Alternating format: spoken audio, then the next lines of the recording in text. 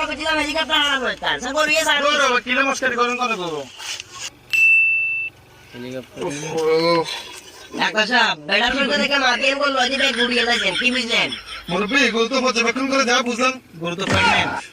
কি পেটে বাচ্চা আছে কেন জি জি তবে ডাক্তার সাহেব খবরদার এবার বলে আপনারা কি 1,000 দিন ওই যে গরু কিনছে ইয়া আইলে কোনো ভাবে গরুর পেটে আছে সালাম আলাইকুম ডাক্তার সাহেব করতে ডাক্তার সাহেব বলে ডাক্তার সাহেব বলে 100 বার বলছে কইছি যে গরু ঠিক আছে কোনো বেজাল নাই 500 টাকা ভিজিট দি ডাক্তার ইয়া 500 টাকা দিছে কোনে 500 টাকা আয় তুমি আয় কথা কম ডাক্তার সাহেব আবার এত কথা বলে তুই জিজ্ঞাসা